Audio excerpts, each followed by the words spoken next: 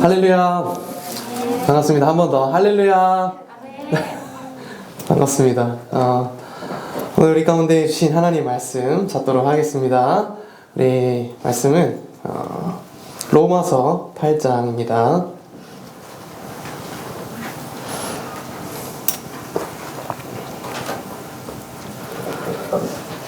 로마서 8장 12절부터 17절입니다.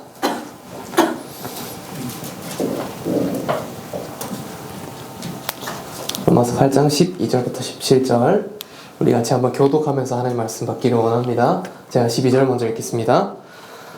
그러므로 형제들아 우리가 빚진 자로 돼 육신에게 져서 육신대로 살 것이 아니니라.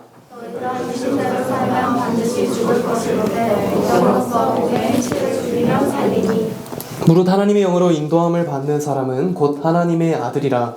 너희는 다시 무서워하는 주의 영을 받지 아니하고 양자의 영을 받았으므로 우리가 아빠 아버지라고 부르짖느니라. 성령이 친히 우리의 영과 더불어 우리가 하나님의 자녀인 것을 증언하시나니 자녀이면 또한 상속자 곧 하나님의 상속자요 그리스도와 함께 한 상속자니 우리와 그와 함께 영광을 받기 위하여 고난도 함께 받아야 할 것이니라.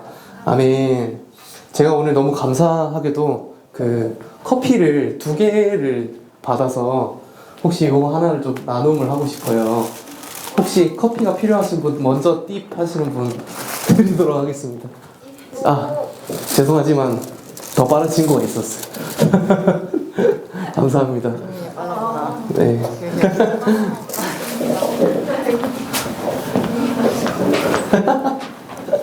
네. 오늘 말씀은 여러분 또 많이들 알고 또 외우기도 하시는 말씀입니다. 하나님의 자녀. 우리 다 하나님 자녀죠. 여러분 하나님 자녀죠. 맞죠? 자, 그런 우리에게 적용되는 말씀입니다.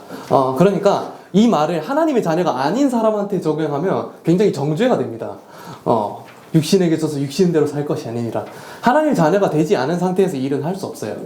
근데 하나님의 자녀에게는요, 이 일이 요구가 됩니다. 자, 바울의 말은 어떤 말이냐면요, 여러분 읽으셨지만 뇌를 빼고 읽으셨을 수 있기 때문에 한 번 더 간단하게 정리를 해드리자면, 우리는 하나님의 아들인데, 하나님의 영으로 인도함을 받는 아들인데 죄 가운데 빠져 있으면 안 된다라는 말입니다. 육신에게 져서 육신대로 살면 안 된다. 왜냐? 성령이 너희 안에 거하고 계시기 때문에 더 이상 죄와 버탈 수 없다. 이런 말입니다. 이 말에 여러 가지 포인트에서 반감을 가질 수 있는 부분들이 있습니다. 그걸 이제 하나하나 좀 짚으면서 시작을 할 텐데요. 자, 일단은 먼저 이 죄라는 것이 뭔지를 우리가 기억을 해야 돼요. 우리가 잊지 말아야 할 것은 뭐냐면 내가 죄인이었다는 사실입니다. 하나님의 자녀가 돼서 특별히 이제 모태신앙이라거나 오래 신앙생활을 해오다 보면요, 이 사실을 꽤나 쉽게 망각을 합니다. 그러면서 이 죄인이었다는 이 기반이 흔들리면요, 사실 멀쩡해 보여도 그 신앙은 무너져 있는 거랑 똑같습니다. 자, 우리 신앙은요, 기본적으로 은혜를 기반으로 합니다. 근데 그 은혜의 기본적인 전제는 내가 받을 자격이 없다는 거예요. 여러분, 은혜가 뭐냐면요, 기분 좋은 게 아니고요, 감동이 아니고요, 눈물 흘리는 게 은혜가 아니고요, 받을 자격 없는 나에게 하나님께서 일방적으로 구원을 주셨다라는 것이 은혜입니다. 그래서 이거를 성경에서는 선물이라고 표현하죠. 선물입니다. 아무런 대가 없이 하나님께서 일방적으로 주신 거. 근데 우리가 말로는 내가 죄인이었습니다, 인정하죠. 근데 만약에 남이 내가 스스로 내가 죄인이라고 할 수 있어요. 근데 남이 나더러 죄인이라고 하는 건 용납이 안 되는 거예요. 그렇다면 사실 이 순간 들킨 겁니다. 물론 이제 살다 보면 여러분에게 누군가 너 죄인이야 라고 말하는 경우는 거의 드물 겁니다. 근데 이제 예를 들어서 그럴 수 있겠죠. 제가 이제 한 2-3주 어간에 이제 실제로 겪은 일인데, 어떤 분이 이렇게 저한테 찾아오셔서 목사님 기도 좀 하셔야겠습니다 이러시는 거예요.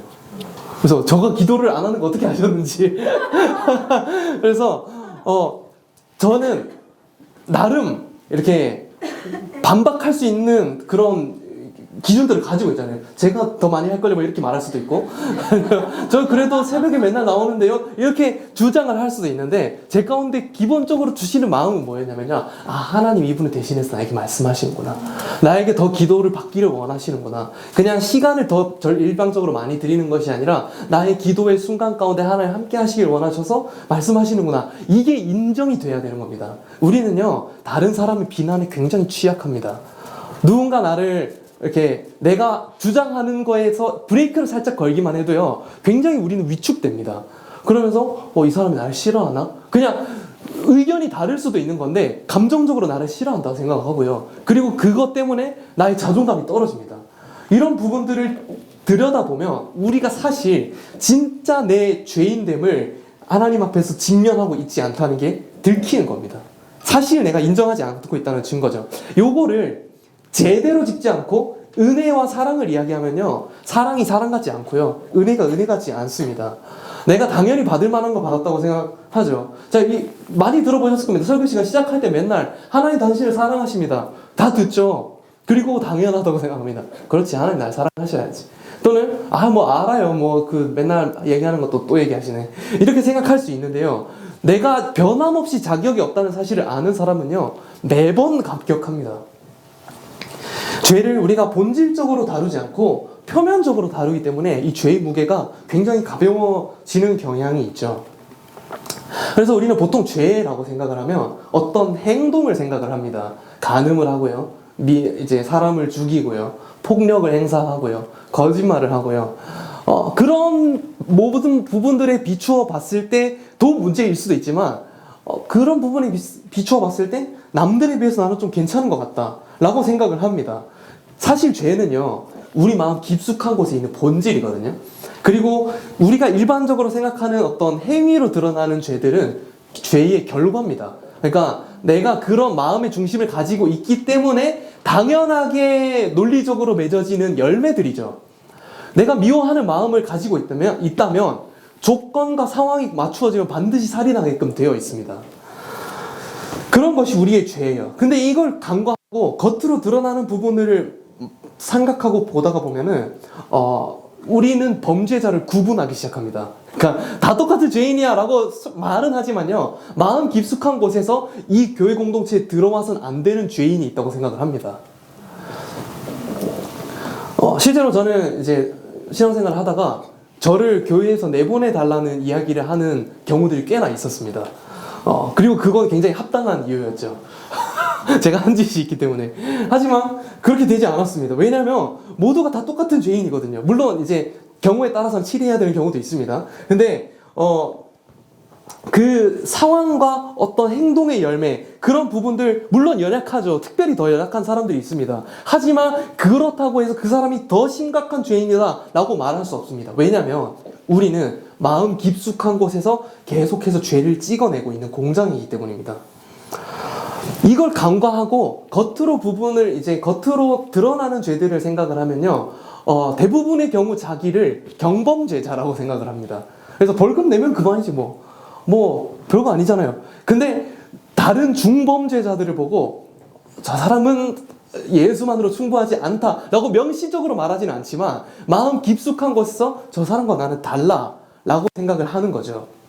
이런 식으로 죄에 접근을 하게 되면요, 은혜도 경은혜와 중은혜로 나뉘게 됩니다. 하나님의 은혜를 굉장히 가볍게 생각을 합니다. 그래서 은혜를 베풀어 주신 게 너무 감격스럽다, 이 말도 안 되는 은혜를 받았구나 라고 생각하지 않고요, 어느 정도의 마음의 평안, 어떤 기쁨, 편안함 정도로 생각을 하는 겁니다. 이 죄를 뿌리부터 쳐내야 되는데 이거를 해결하지 못하고 겉모습만 의로워지게 해서 몸부림쳐봤던 사람들이 있었어요. 이 사람들이 바로 유대인들입니다. 그 결과 어떻게 됐나요? 어떻게 겉모습은 좀 의로워질 수 있습니다.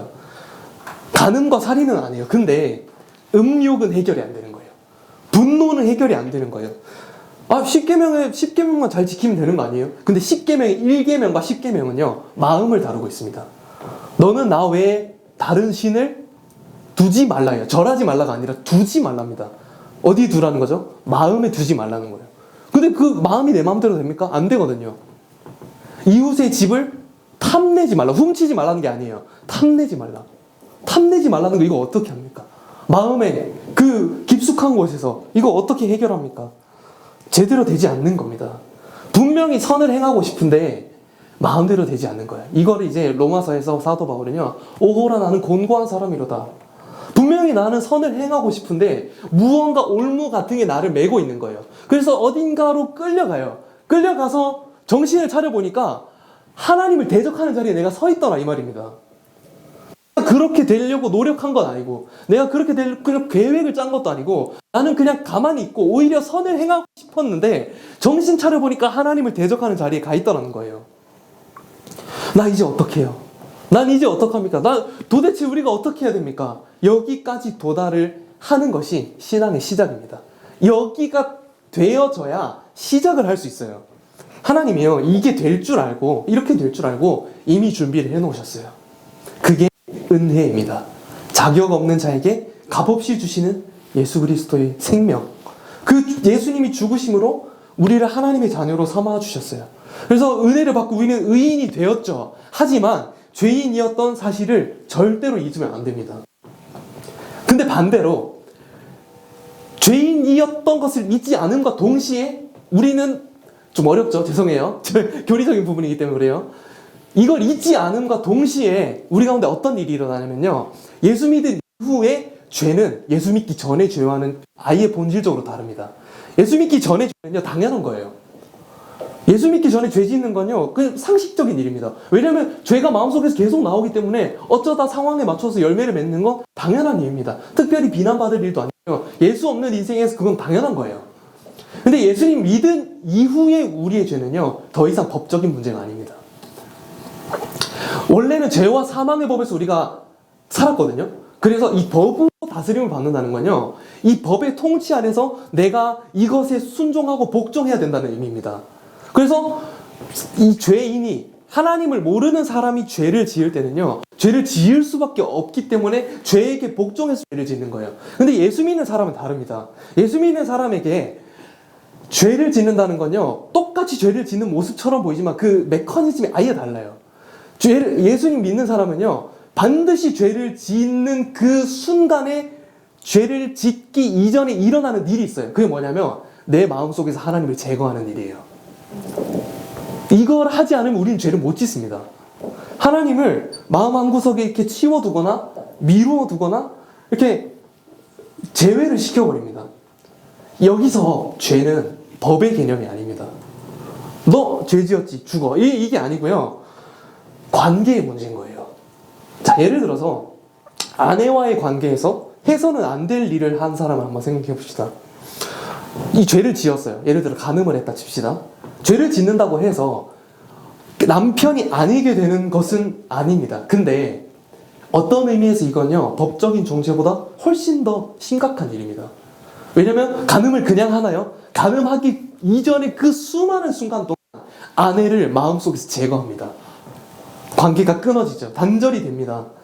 자, 사랑하는 두 사람의 관계가 끊어졌어요. 누가 더 힘들까요?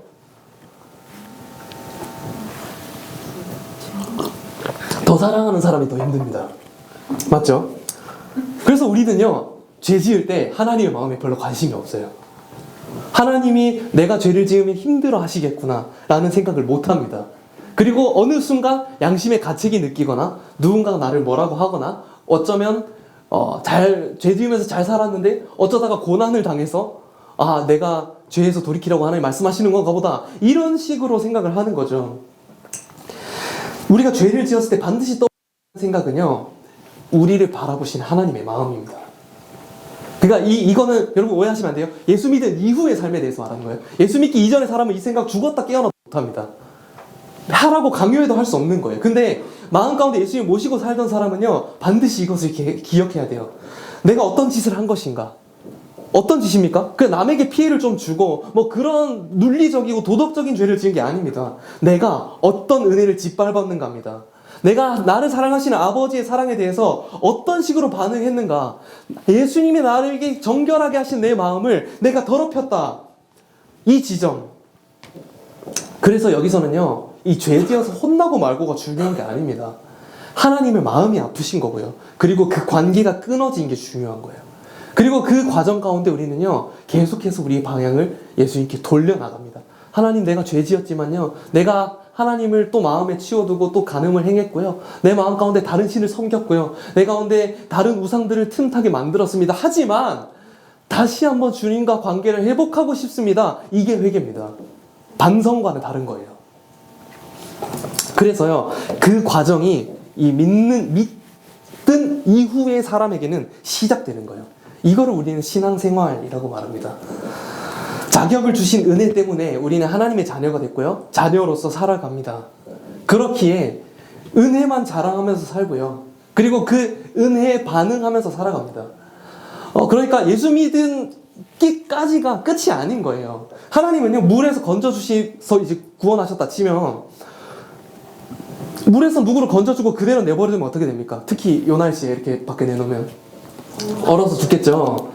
그렇게 내버려 두시는 게 아니라요, 하나님은요, 그 이후에 어떻게 살아갈지도 말씀하셨습니다. 말씀 한 구절 읽어볼게요. 15절 한번 읽어보겠습니다.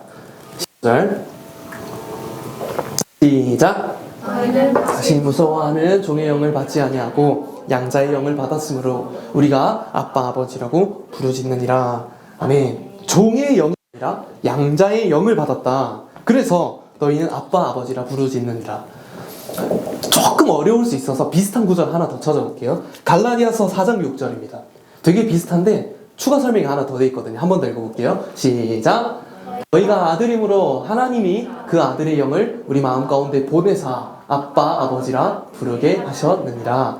아멘. 순서가 뭐냐면요, 아들이 되는 게 먼저고요, 아버지라고 부르는 게 후입니다. 그죠? 1번, 2번이 있는 거예요. 근데 이 1번, 아들이 되는 사역에는요, 성자 하나님의 순종이 들어갑니다. 예수님께서 우리를 대신해서 죽으심으로 우리가 그 사실을 믿을 때 우리는 자녀가 됩니다. 내가 어떻게 느끼는가와 상관없이. 근데 성령 하나님은 뭘 하시냐면요, 이 객관적인 사실을 우리가 주관적으로 체험하게끔 만드십니다. 그래서 아빠, 아버지라고 부르짖게 하시다. 아버지라고 알고 있는 게 아니에요. 부르짖게 하시는 거예요. 이 부르짖는다는 건요, 소리치다는 뜻입니다. 여러분, 그래서 부르짖자라고 기도를 하자고 하는 거예요. 왜냐하면 부르짖는 사람은요, 확신이 있을 때 그 사실 체험이 되는 겁니다. 제가 이렇게 예수님 부르짖고 기도합시다 라고 해도요, 아무리 앞에서 말해도 강요를 못 합니다. 여러분이 이렇게 기도하고 있는데 제가 옆에 가가지고 한나야 소리가 작다 이렇게 못 하는 거예요. 왜냐면 확신이 있을 때 우리 마음 가운데 하나님 앞에 반응하는 고백이 나오는 거예요. 근데 그 일을 누가 하시냐면요, 제가 하는 게 아니라요, 성령 하나님이 우리 마음 가운데 하시는 거예요. 성령 하나님이 우리 가운데 만지실 때가 있어요. 내가 하나님의 자녀인 것을 체감하게 하시는 거죠. 그냥 알고만 있는 게 아니라 나의 몸으로, 나의 감정으로, 내 삶 가운데서 나의 벌어지는 어떤 일들로 통해서, 상황을 통해서 알게 하시는 거예요. 저는 그래서 아직도 이제 저는 감성이 좀 살아있거든요. 그래도 티라도.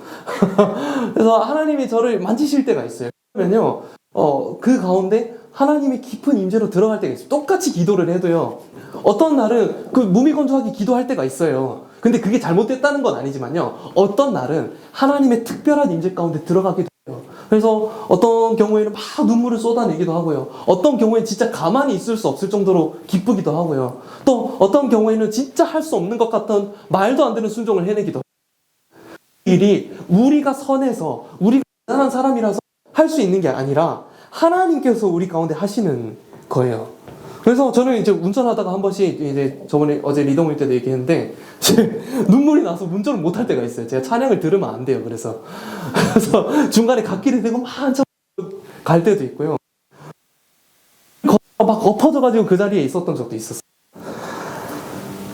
주변에 보면요, 그 미친 사람이죠. 근데 그 마음 가운데 일어나는 일은 힘든 일이 있어서가 아니라 훨씬 더 이전에 성자 하나님 내게 아들의 지위를 주셨지만 원래는 누리지 못하면서 살았어요. 근데 성령 하나님이 그걸 체험하게 하시는 거예요. 이게 우리 신자의 삶에서 너무 중요한 일입니다. 객관적인 하나님의 자녀의 직분, 그리고 주관적인 체험, 이 두 가지가 동시에 있어야 합니다. 근데요, 우리가 이 앞에 주관적인 역사, 난 하나님의 자녀지라고 생각을 하지만 진짜 하나님의 자녀라는 걸 체감하지 못하기 때문에 생깁니다. 어떤 게 있냐면요. 여러분 하나님의 자녀 확실하죠. 근데 확실한데 주관적인 체험이 되지 않기 때문에 세상에 될 때 따돌림을 당할 때 나는 혼자라고 느낍니다. 예수님이 함께 하시다고 분명히 말씀하셨는데요. 그리고 누군가 이제 셀리더나 저나 이렇게 앞에 나와가지고 말을 해요. 하나님의 사랑이 우리를 향하신다 라고 말해도요.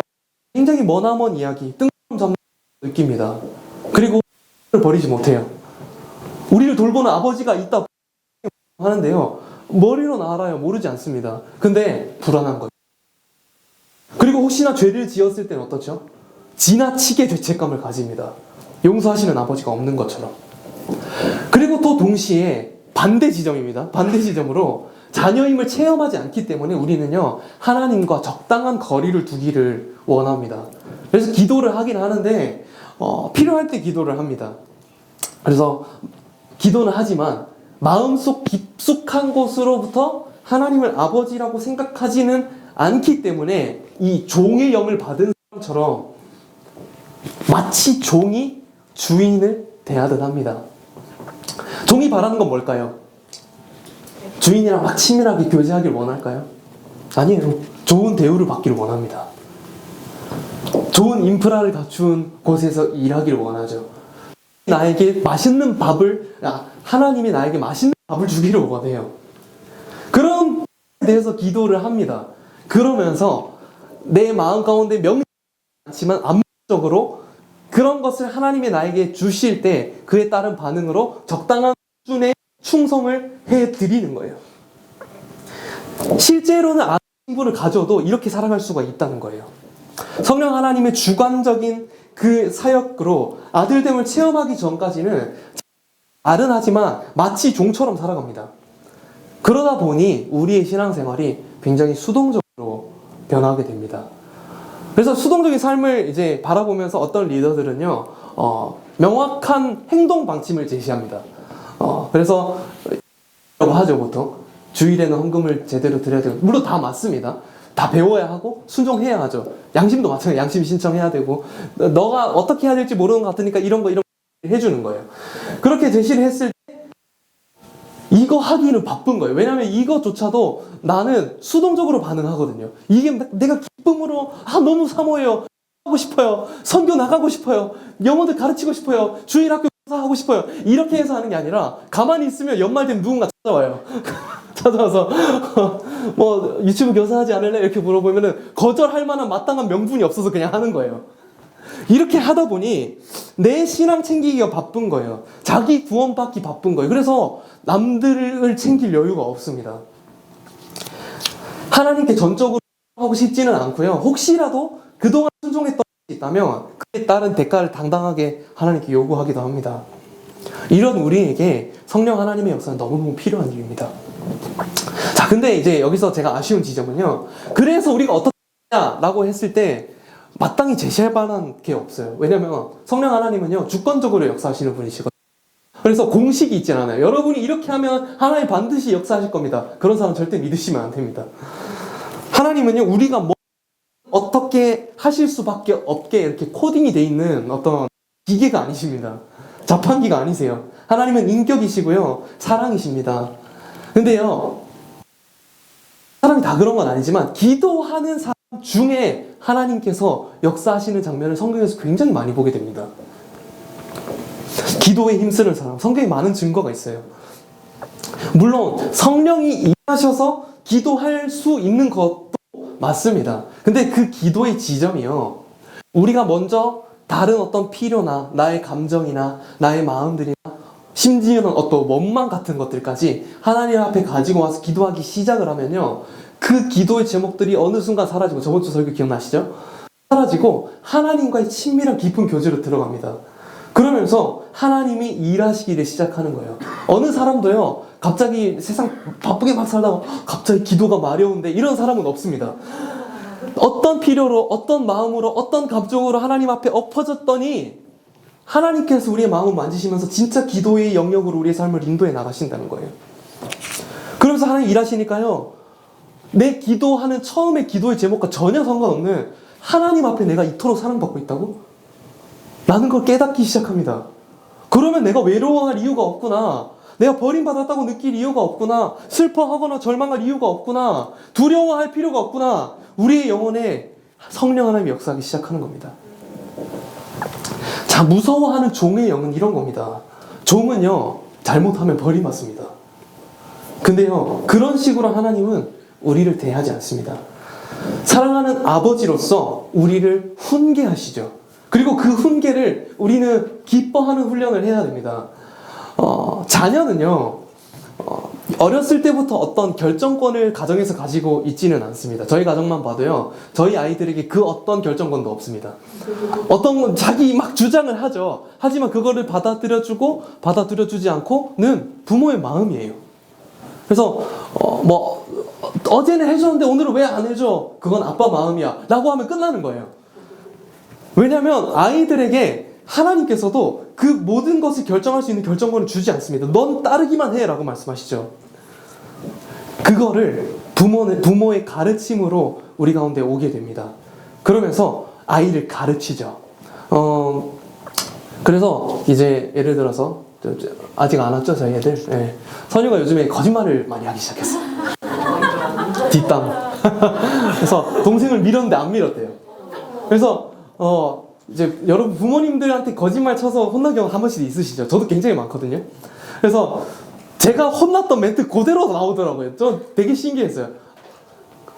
거짓말은 안 해야 돼. 거짓말 안 하면은 안 혼날 수 있어. 라고 말하는데 그게 안 돼요. 나도 안 되거든요, 솔직히. 근데 안 되는 거 알면서요, 가르쳐요. 왜냐면 그게 잘못된 줄 알아야 하니까입니다. 그게 율법이에요. 아이들한테 최고의 축복이 뭐예요? 설날 때 이제 새해 복 많이 받으세요 하면은 어르신들이 덕담하시잖아요. 그러면 덕담할 때 제일 중요한 거, 부모님 말 잘 듣고. 아이들에게 있어서 최고의 선, 가장 유일한 선은요, 부모님 말씀 잘 듣는 거예요. 부모님 말씀과 상관없이 내가 스스로 선을 행했는데요, 이건 이상한 겁니다. 근데 32살인 저에게 부모님 말 잘 들어야 돼 라고 하는 사람은 없습니다. 부모님 말을 잘 안 들어도 되기 때문이 아니라 그것만으로 충분하지 않은 거죠. 성장을 하게 되면요, 말씀을 잘 지켜서 의로워지는 거, 그거 중요한 거 아니더라고요. 그거보다 훨씬 더 중요한 게 있어요. 내 말씀을 잘 지켜서 내 삶을 성적표로 삼는 건요, 어린이가 하는 겁니다. 그러니까 지금 아예 신앙이 없을 때부터 이 지점으로 가고 있는 거 여러분 보이시죠? 여러분의 위치가 어디 있는지 한번 생각해 보면 돼요. 그래서 어렸었던 우리의 인생은요, 우리의 신앙생활은요, 내가 말씀을 얼마나 잘 지켰는지, 내가 얼마나 말을 잘 들었는지, 내가 얼마나 순종적이었는지 성적표를 가지고 갑니다. 여러분도 어렸을 때 그랬어요. 그래서 주일학교 때는요, 꼭 기도할 때 두 손을 모으라고 시킵니다. 눈을 꼭 감으래요. 진짜 꽉 감아야 돼요. 실눈 뜨잖아요. 바로 혼납니다. 근데 여러분, 우리 같이 기도합시다. 지금 청년부 예배 때 기도하는데 너 눈을 안 감네, 이렇게 하지 않습니다. 왜냐면요, 그 겉모습이 중요한 때가 지난 거예요. 우리는 어린이는요, 그렇게 일일이 지시를 해줘야 하나님의 뜻에 맞추어서 걸어갈 수 있게 됩니다. 근데 성장하면요, 그걸로 충분하지 않습니다. 마음이 중요하죠. 마음부터 아버지를 사랑하는 지점, 예수님의 분량까지 하나님은 우리에게 요구하십니다. 그게 우리 인생의 목적지예요. 목적지가 중요해요. 그래서 우리가 처음 예수님 믿으면 뜨거운 마음이 있거든요. 그러면요, 있죠? 저만 있는 거 아니죠? 공감을 못 하시는데 이야기를 하면 안 되니까. 예수님 처음 믿으면요, 마음이 막 뜨거워요. 그래서 하나님 나라를 위해서 내가 뭘 해야 될지 모르겠어요. 그래서 묻습니다. 하나님, 나 너무 사랑하고 하나님 위해서 살고 싶은데 도대체 뭘 해야 될지 모르겠어요 라고 묻습니다. 그러면 목적지가 있어야 되잖아요. 분명한 방향과 목적지가 있어야 성장을 했다 못했다가 나오는 거잖아요. 신앙이 잘하는 게 눈에 보이지 않으면요, 재미가 더럽게 없습니다. 신앙생활이 진짜 재미가 없어요. 체감이 돼야 되거든요. 여러분 어떤지 모르겠지만 저는 성격 자체가요, 이 향상심이 있어요. 다들 그럴걸요? 무언가 늘고 잘하고 성장하면요, 모든 재미가 있어요. 사실 여러분이 무언가를 재밌어 한다면요, 그걸 아마 잘 할 겁니다. 잘하지 않는데 재밌어 하는 경우는 극히 드물어요. 그런 경우에는 아직 못하지만 잘해져 가고 있는 중이겠죠. 성장하는 것은요, 우리 가운데 기쁨을 줍니다. 만약에 우리가 어떤 신앙의 목표를 예배 출석, 사역하고, 헌금하고 이렇게 설정했어요. 이거 좋습니다. 근데 따라갔어요. 따라갔는데 남는 게 아무것도 없고 심지어는 상처만 남는다면요, 이거는 뭔가 문제가 있었다는 거예요. 그 과정 중에. 저 같아도 한번 느끼겠습니다. 그럴 때 어떻게 해야 되냐면요, 우리가 내비게이션 이렇게 해야 되는 거예요. 자, 내비게이션 그냥 딱 켜면요, 현재 위치만 뜹니다. 내가 어디 있는지. 여러분도 살면서 많이 느낄 거야. 내가 이것밖에 안 되는 인간이었나? 근데 우리가 목적지를 입력을 하는 순간 내가 어떤 방향으로 가야 하는지를 알게 됩니다. 심지어 몇 킬로 남았는지, 얼마나 더 가야 되는지 알게 됩니다. 만약에 우리가 그냥 교회 가는 게 목적이고 천국 가는 게 목적이라면 지점 끝냈습니다. 이제 더 이룰 게 없는 거예요. 끝났어요. 여러분 이제 그냥 마음대로 사셔도 됩니다. 이렇게 되면 이 이후의 삶은 의미가 없다는 거예요. 그리고 우리 보통 청년 세대는요, 느낌을 쫓습니다. 목적지를 설정해요. 내 느낌. 내 느낌이 가장 완성되고 가장 충만하고 가장 기쁘고 가장 즐거운 그 목표 지점을 설정을 해요. 그러면 어느 날은 너무너무 기쁜데 어느 날은 너무너무 힘들어요. 그러면 이제 생각하는 거죠. 내 감정이 힘들면 내 신앙이 퇴보했구나 라고 생각하는 겁니다. 혼란스러운 거예요. 목적지가 없으면 이렇습니다. 목적지를 안 찍고 그냥 가면요, 인생 갈림길마다 고민하는 거예요. 대학을 가야 되는데 어디를 쓰지? 휴학을 할까 말까? 뭐 예수 믿는 사람이라고 고민 안 한다는 건 아닙니다. 근데 그 고민의 기준이 다른 거예요. 이 길이 어디를 향하는 길인가를 생각을 하면 되는데 그것 자체가 없으니까 선택지가 둘 중에 하나에서 고민하는 게 아니라 그냥 막연한 광야에서 아무것도 안 보이는 곳에서 어디를 가야 될까 이렇게 생각을 하는 겁니다. 목적지가 찍혀 있으면요, 갈림길이 나올 때 고민하는 건 딱 하나입니다. 이 길이 어디로 가는 길인가? 단순해지죠. 목적지가 명확하지 않기 때문에 방황하는 겁니다. 그러면 예수님을 방향으로 설정을 했어요. 십자가를 목적지로 찍었어요. 그러면 우리가 순종해야 할 영역들이 보이기 시작합니다. 근데 그 순종은요, 하기 싫대, 내가 하면 해줍니다. 하나님 나 뭔지 알죠? 느낌 알죠? 나한테 기브 앤 테이크? 이런 식으로 생각하는 게 아니라 하나님의 사랑 안에서 아버지께 순종합니다. 그러면서 우리 아까 기도하셨던 것처럼 하나님의 상속자로서 하나님의 방법들을 배워나가는 거예요. 자, 이 지점에 이제 균형이 중요합니다. 여기까지 왔으면 슬슬 죄인인 게 잊혀질 때가 됐어요. 그래서 내가 좀 흐려지고 좀 당연해지고 구원받은 거 당연하게 되고 은혜가 안 된다고 생각을 하기가 쉽습니다. 자, 그때 다시 한번 돌이켜보는 거예요. 내가 어떤 죄인이었지? 내가 어떤 은혜를 받았지? 내 감격과 나의 이 마음이 하나님 앞에 제대로 반응하는 걸 한 번씩 확인을 하셔야 됩니다. 그리고 그 사랑을 발견하고 그 은혜를 다시 한번 발견하고 은혜를 사용하면서 다시 한번 순종해 나가는 거죠. 동시에 하나님 앞에서 내가 끊어질까? 두려워하지 않습니다. 그 균형이에요. 그래서 믿음의 사람에게 있어서는요, 뭔가 이렇게 그 사이의 중간 어딘가에 애매한 포지션인 것처럼 보이지만 사실 그 둘 모두가 우리에게 필요한 거예요. 그러니까 이런 거죠. 상황에 따른 마땅한 대사가 있거든요. 예를 들어서 상현이가 요거 컵을 제한테 갖다 줬거든요. 너무 감사하죠. 근데 이제 이렇게 가져오는 걸 제가 봤다가 실수로 탁 쳐서 떨어뜨려서 깨졌어요. 생각만 해도 마음이 아프죠. 근데 이제 제가 이렇게 하는 거예요. 탁 쳐서 떨어뜨려 놓고, 뭐 사람이 그럴 수도 있지. 이 말은 누가 해야 되는 말이에요? 상현이가 해야 되는 말이에요. 맞죠? 그러니까 은혜를 베푸는 사람이 해야 할 말이 있고요, 은혜를 받는 사람이 해야 할 말입니다. 근데 우리는 반대로 생각하는 경향이 있어요. 앞에서 내가 죄사함을 받았습니다. 내가 또 죄 지었어요? 사람이 그럴 수도 있지. 하나님 앞에서 그렇게 반응해서 안 된다는 겁니다. 당연하지 않은 감사한 마음을 가지고 있어야 하죠. 6이 선포되는 그 교리에 대해서 어떤 가지기도 합니다. 와, 사랑의 하나님 어떻게 유기하실 수 있어? 근데요, 사랑의 하나님 왜 심판하시네? 라고 말해놓고요, 자기 심판받을 짓 했다는 건 모릅니다. 당연하지 않은 감사한 마음을 갖고 있어야 하지만 동시에 자녀됨을 누려야 합니다. 하나님은 오늘 우리에게 말씀하시는 건요, 너희는 종이 아니라 자녀다. 너와 나의 관계는 너의 어떤 성과로 인해서 결정되지 않는다. 우린 이미 하나로 묶였다 라고 말씀하시는 겁니다. 그래서 우리의 어떤 모습도 하나님과 우리 사이를 갈라놓을 수 없습니다. 하나님은 만약 우리가 잘못된 길로 하더라도 나는 네 애비기 때문에 너를 쳐서라도 교정해야겠어 라고 말씀하시는 분입니다. 동시에 끊어질까봐 두려워서가 아니라 하나님의 은혜에 감격해서 죄를 잘라내고 선을 행하는 우리가 가게 되어 있습니다. 그래서요, 우리 공동체에서 앞으로 이런 말은 금지하도록 하겠습니다. 어떻게 인간이 죄를 안 짓고 살아? 많이들 해보셨을 거예요. 왜? 우리 이것만큼 우리가 합리화하기 좋은 재료가 없어요. 근데요, 은혜를 받은 사람은요, 물론 죄 짓고 살죠. 그 사실을 부정하는 건 아니에요. 근데 은혜를 받은 사람은요, 이런 말을 하면 안 된다고요. 이런 겁니다. 예를 들어 제가 안 좋아서, 실제 아닙니다. 예시예요. 간이 안 좋아서 이제 간 이식을 받지 않으면 죽을 수밖에 없는 운명이에요. 그래서 누군가의 놀라운 은혜를 받아서 간 이식을 받았어요.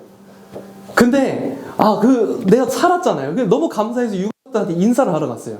인사를 하러 가가지고 근데요, 너무 감사하고 제가 이제 새 싱싱한 간을 얻었잖아요. 근데 제가 제가 정직 안 하려니까 좀 그렇고, 제가 솔직히 제가 술을 너무 좋아하거든요. 그래서 이걸 제가 못 끊을 것 같아요. 내가 원래 그래, 원래. 그래서 제가 못 끊을 것 같고요. 그래서 좀 간을 주셨으니까 그래도 제가 지금보다 조금 더 오래 살아볼게요. 죄송합니다 라고 말한다면 이 사람 어떤 사람이에요? 은혜를 아는 사람입니까? 모르는 사람인 거예요. 유가족 입장에서 패 죽이고 싶겠죠.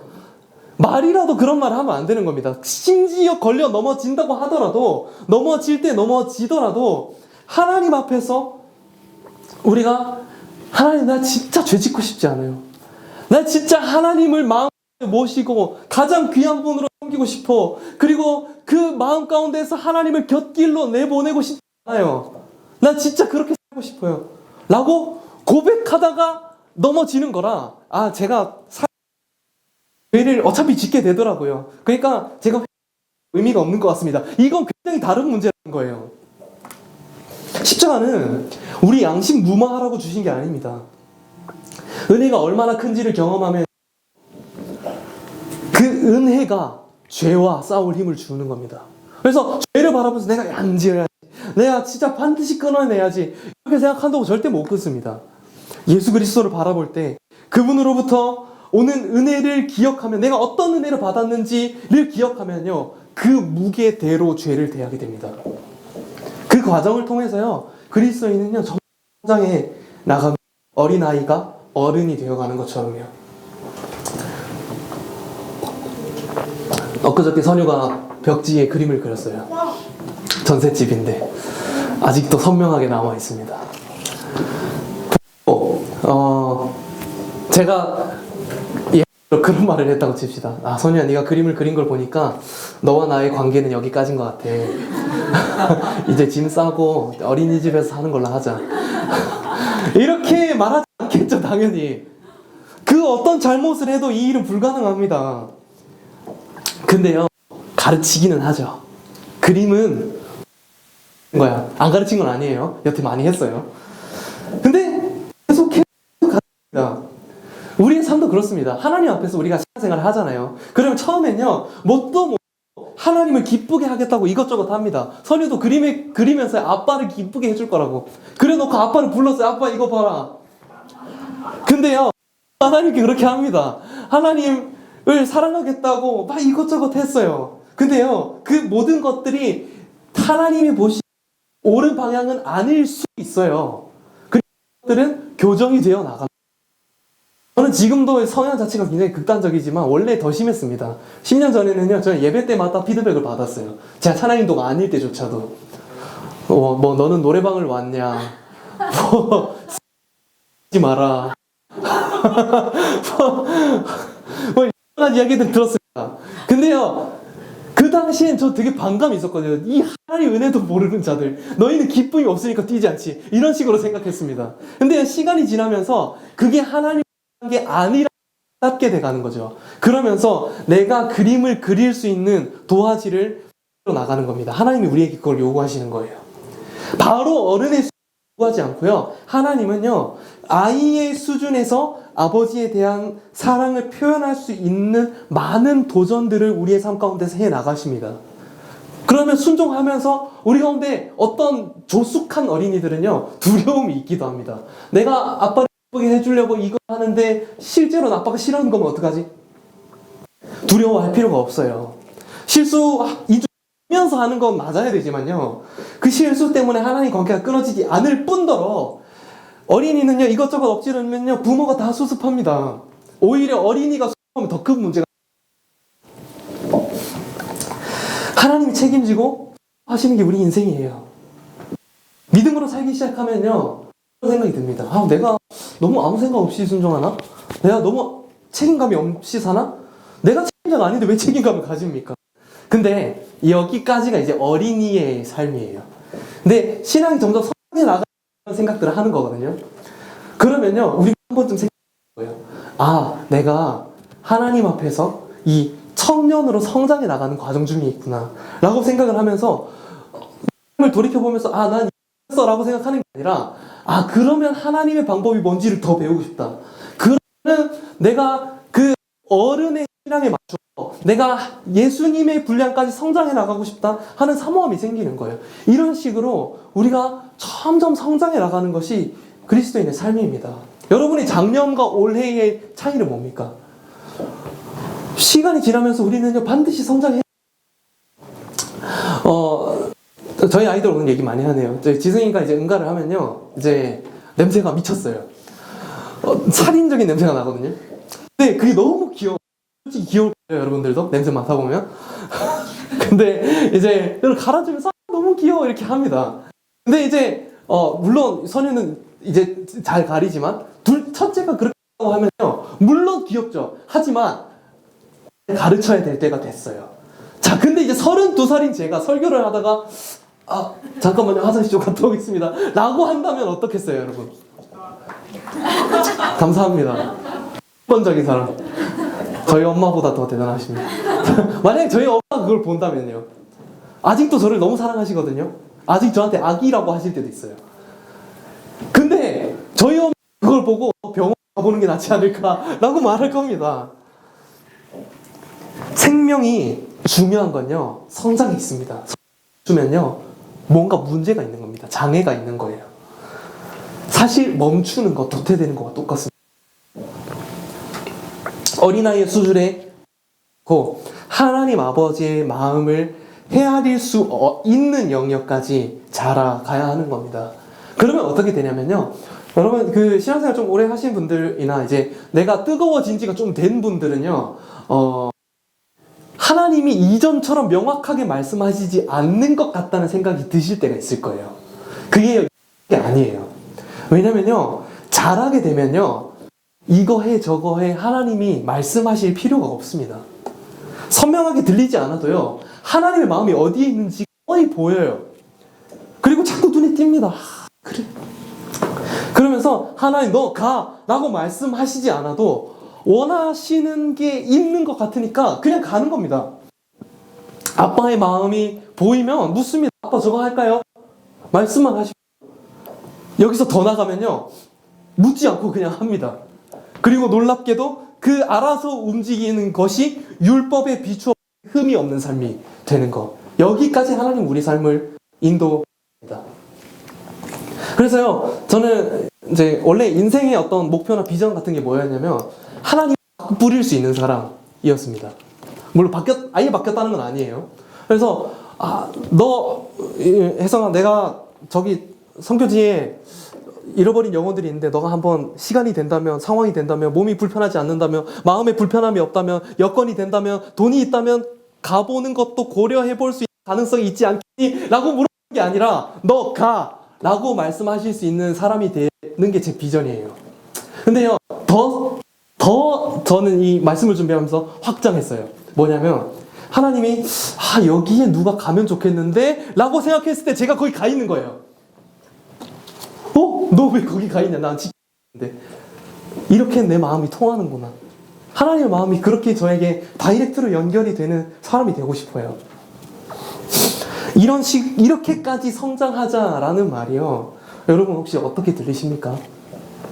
극단적인가요? 무모한가요?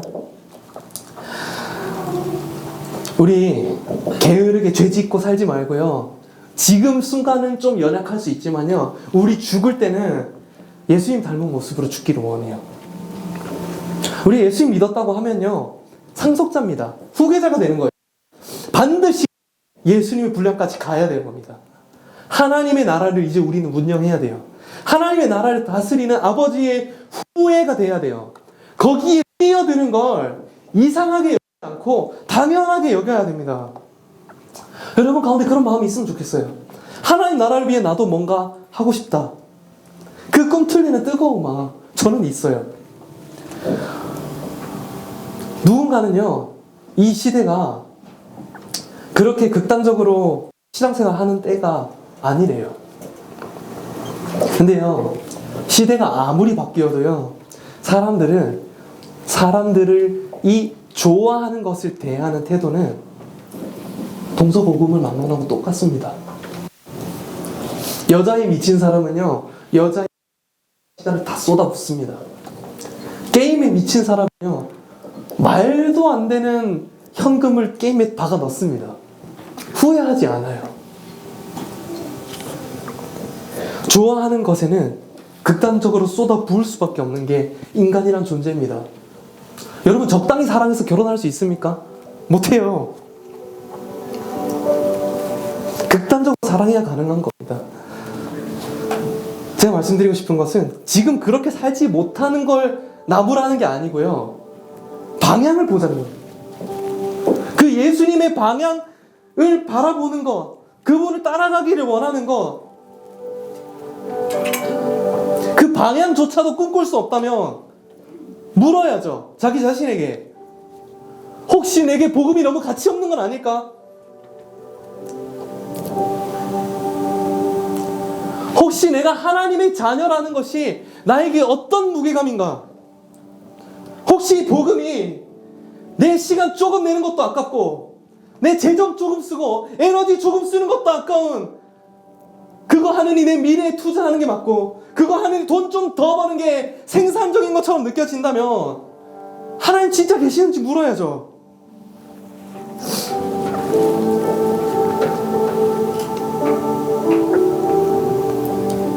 이 시대는 계속해서 우리를 위로가 필요하게끔 만듭니다. 청년 세대는 다 불쌍하대요. 저는 제 인생을 생각하면서 그렇게 불쌍한 인생이라고 생각한 적이 없는데요. 세상이 자꾸 프레임을 씌우는 것 같아요. 넌 불쌍한 인생이야. 너는 부모보다 못 사는 첫 번째 세대가 될 거야. 너는 이런 경제적인 어려움 속에서 살게 될 거야. 너는 이렇게 정치적으로 불안정한 시대를 살게 될 거야. 너는 결혼하려면 많은 것을 포기해야 돼. TV에 나와서 연예인들이 말합니다. 사는 건 너무 힘들어요. 그래서 위로가 필요하다고 말합니다. 교회에서까지 에너지를 쓰고 싶지 않대요. 그러면 고단하지 않았던 때는 언제입니까? 세상 살면서 좋기만 했던 때, 세상 살면서 모두가 만족할 수 있었던 그런 때는 언제입니까? 진정한 우리에게 필요한 위로는요, 우리 주님이 살아계시다는 거예요. 그리고 그분이 오늘 우리에게 오라고 요구하시는 겁니다. 지금도요, 예수님과 동일한 농도로 예수님과 똑같은 모습으로 살기를 소망하면서 뛰어드는 사람들이 있습니다.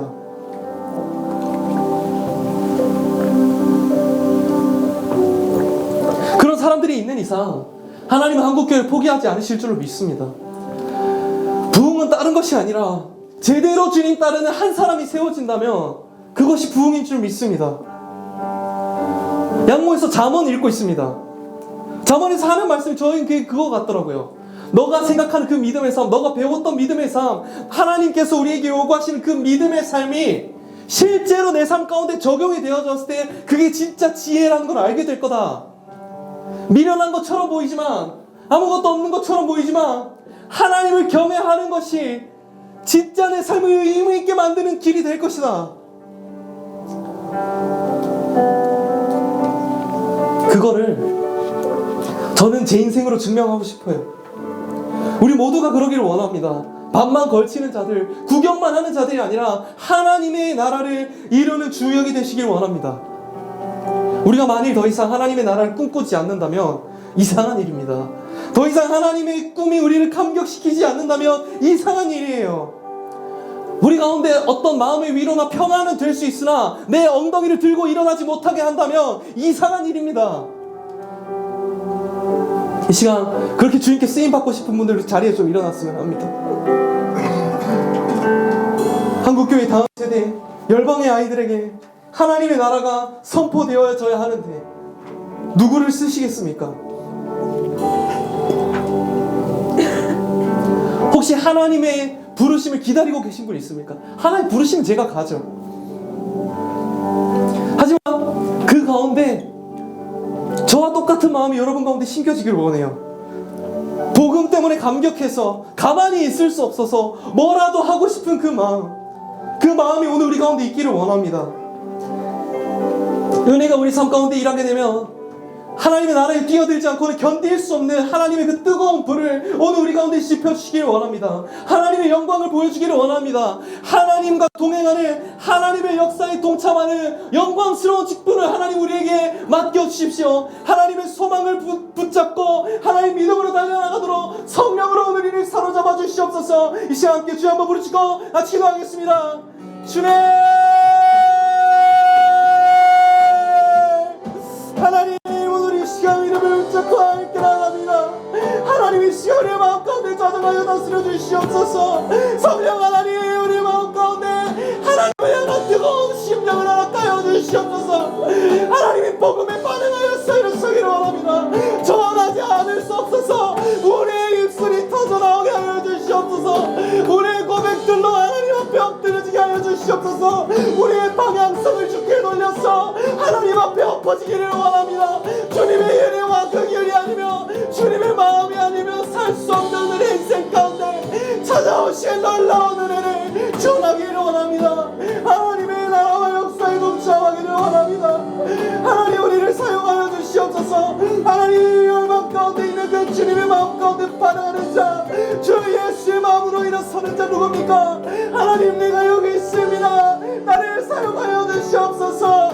나의 기도를 써주시고 나의 재정을 써주시고 나의 열정을 사용하시고 나의 젊음을 써주셔서 하나님 우리의 마음 가운데 온전히 하나님을 경외하는 마음으로 순종하는 마음으로 하나님의 나라를 향해 달려갈 수 있는 하나님 우리를 수 있도록 인도하여 주시옵소서. 다만 억지로 순종하는 것이 아니라 하나님의 법을 우리가 기뻐하게 하여 주시옵소서. 하나님 시간 역사하여 주시옵소서. 오직 예수로 인하여서 우리의 마음이 뜨거워지게 하여 주시고 하나님의 말씀으로 인하여서 우리의 삶의 방향이 틀어지게 하여 주시고 삶의 모든 촉촉지 또 갈린 길들 가운데서 한껏 때리시는 예수 그리스도를 향하여 달려가기를 원합니다. 하나님 우리를 지키러 인도하여 주시옵소서. 하나님 붙들어 주시옵소서. 하나님 역사하여 주시옵소서. 하나님 오늘 우리 마음 가운데 좌정하사 다스려 주시옵소서. 오직 주께서 다스리시는 거룩한 나라 하나님 달려나가는 거룩한 세대 되어질 수 있도록 인도하여 주시옵소서. 아버지 역사하여 주시옵소서. 하나님 어려운 시대 가운데 하나님이 망해가 다가오는 이 시대 가운데 하나님 예수 믿지 비추어내기를 원합니다. 하나님 역사하여 주시옵소서. 하나님 우리를 써주시옵소서. 하나님의 영광을 보는 세대에게 하여 주시옵소서.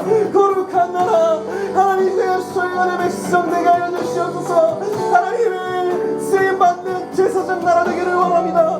하나님 이 복음이 내 삶 가운데 실제로 의미 있는 이 복음이 내 삶 가운데 실제로 살아있는 이 복음이 나의 삶의 영향력을 나타내는 이 복음이 내 발걸음을 움직여내는 이 복음이 나를 순종해내게 만드는 이 복음이 받는 사람 되기를 원합니다. 하나님 역사해 주시옵소서. 하나님 우리를 써주시옵소서. 내가 여기 있습니다. 주님. 아멘.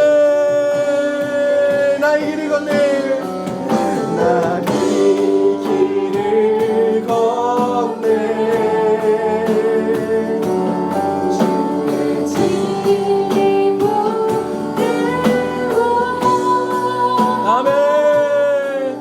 내 안에 계신 주님 나를 지켜주시니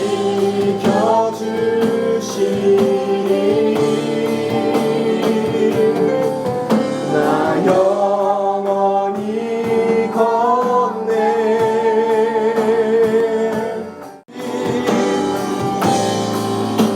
예수와 함께 나의 길을 걷네. 나의 길을 걷네. 주의 진리 붙들고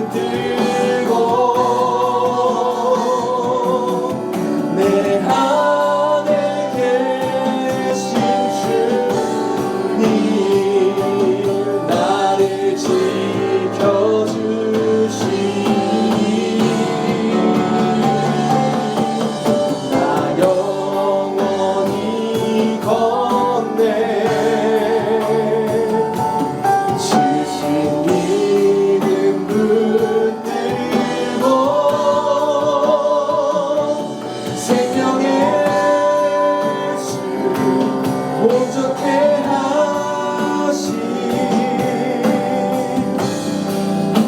예수와 함께.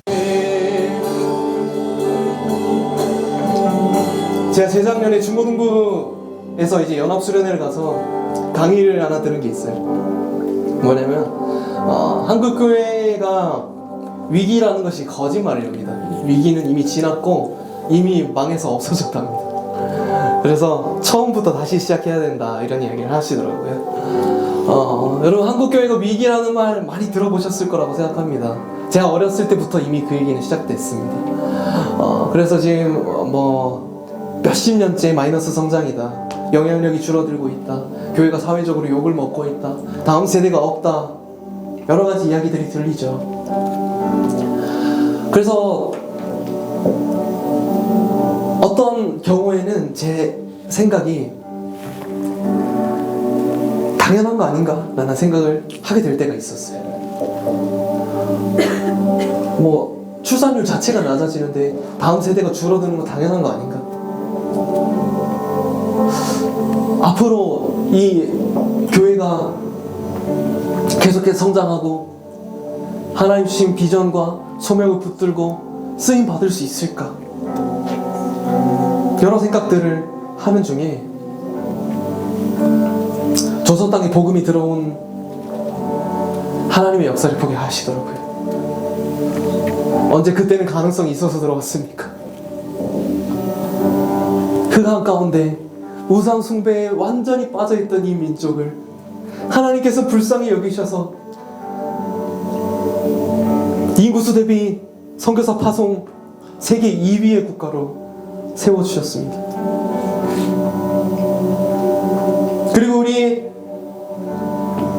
민족을 통하여서 열방이 예수 그리스도의 빛을 보게 되는 것, 지금도 실제로 역사하고 있습니다. 언제부터 복음이 사람 가려가면서 상황 가려가면서 전파되었습니까? 열방에서는 하나님의 일하심이 막 나타나는데 왜 한국 교회에서는 없는 것처럼 보입니까? 저는 그 지점을 열방의 순종과 우리의 순종이 다르기 때문이지 않을까 라는 생각을 해봤습니다. 하나님 장소 가려가면서 역사하시는 게 아니잖아요. 그러면 문제는 하나님 우리에게 부흥을 주기를 원하지 않기 때문이 아니라 순종하는 우리의 반응들이 나의 상황에 따라서 내 상태에 따라서 나갔기 때문이지 않을까 저를 돌아보게 됐습니다.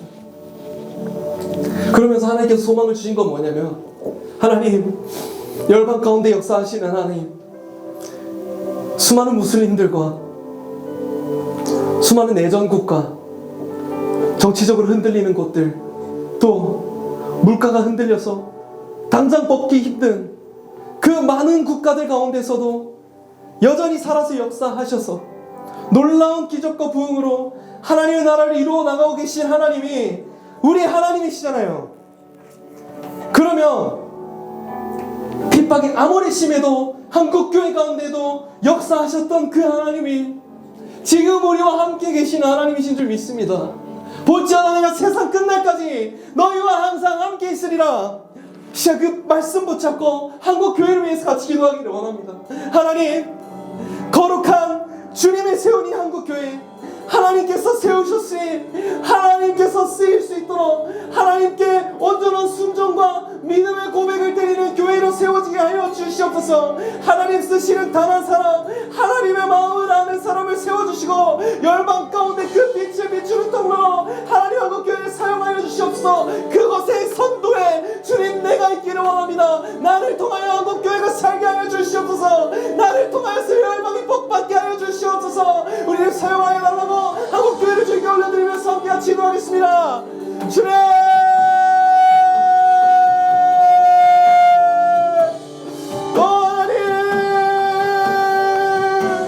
역사하여 주시옵소서. 하나님, 이 시대 가운데 하나님의 일하심을 보기를 원합니다.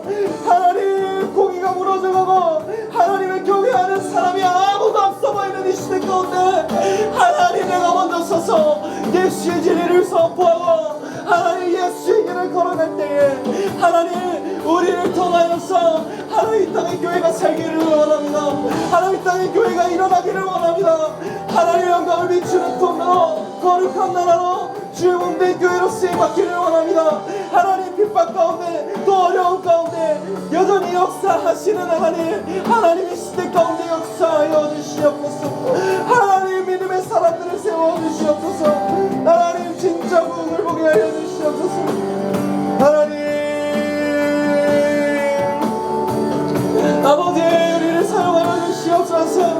예수의 길을 걸어가야 하는 믿음의 동역자들을 보게 하여 주시옵소서. 하나님, 우리 가운데 주님의 일하심을 보기를 원합니다. 하나님의 일하심을 보기를 원합니다. 그 복이 위한 순종이 필요하시다면 하나님, 우리를 드리겠습니다. 우리의 젊음을 드리겠습니다. 우리의 열정을 드리겠습니다. 우리의 마음을 드리겠습니다. 우리의 재정을 드리겠습니다. 우리의 시간을 드리겠습니다. 하나님, 사용하여 주시옵소서. 하나님, 역사하여 주시옵소서. 주님, 그렇게 역사하시기를 기대합니다. 사모합니다. 하나님, 예수의 아버지, 역사하여 주시옵소서. 하나님, 시대를 세워주시옵소서. 하나님, 한국교회를 사용하여 주시옵소서. 하나님, 거룩한 교회로서 주의 신에 합당하여 드려지는 거룩한 교회 되기를 드리 원합니다. 하나님, 역사하여 주시옵소서.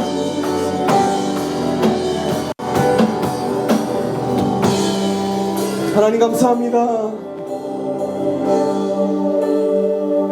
우리는 자녀입니다. 상속자입니다. 하나님의 나라 가운데 쓰임받기 위해서 준비해야 될 것 있다면 하나님, 우리의 삶 가운데서 하나님이 준비하여 주십시오. 하나님 부르실 때 그 모든 것들 우리가 캐치하고 믿음으로 발걸음 옮기길 원합니다. 또 우리가 더 성장하여서 주님의 마음을 알아서 주님 원하시는 것이 무엇인지 분별하고 주님 앞에 내 삶을 한 구석 한 구석 모든 영역들까지 내어드리기를 원합니다. 하나님이 나의 마음을 만지실 때 믿음으로 반응하여 일어서기를 원합니다. 더 이상 죄와 사망의 법이 우리 가운데 왕노릇하지 않는 진리 안에서 자유한 우리의 인생이 한 걸음 한 걸음 동역자들과 함께 믿음으로 걸어갈 때 예수님의 길이 우리 모두의 길이 되어질 때에 하나님, 우리를 통하여서 우리 교회가 살고 우리를 통하여서 한국교회가 살고 열방이 복받는 주의 일하심에 쓰임받는 앞으로 장차 다가올 하나님의 나라에서 가장 먼저 주님을 맞이할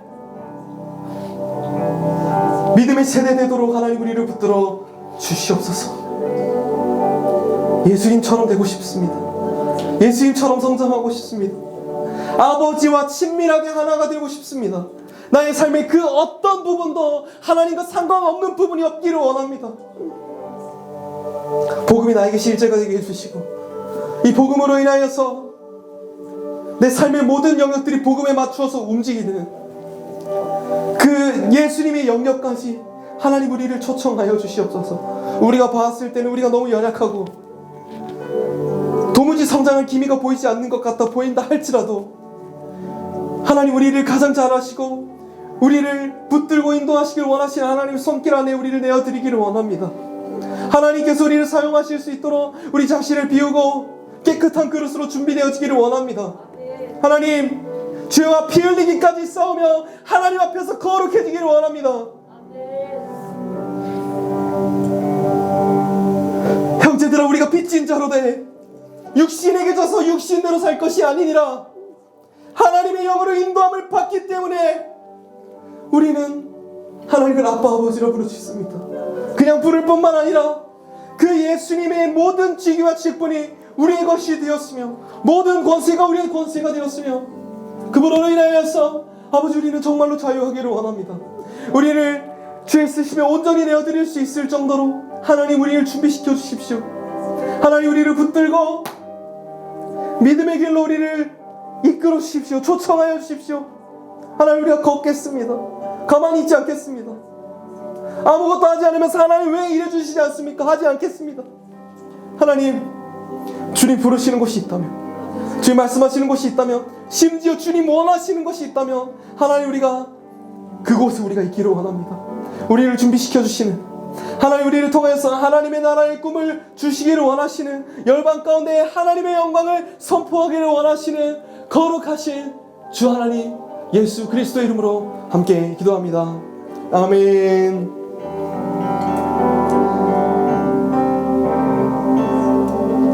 하늘에 계신 우리 아버지여, 이름이 거룩히 여김을 받으시오며 나라가 임하옵시오며 뜻이 하늘에서 이루어진 것 같이 땅에서도 이루어지이다. 오늘 우리에게 일용할 양식을 주시오며 우리가 우리에게 죄 지은 자를 사하여 준 것 같이 우리 죄를 사하여 주시옵고 우리를 시험에 들게 하지 마시옵고 다만 악에서 구하시옵소서. 나라와 권세와 영광이 아버지께 영원히 있사옵나이다. 아멘.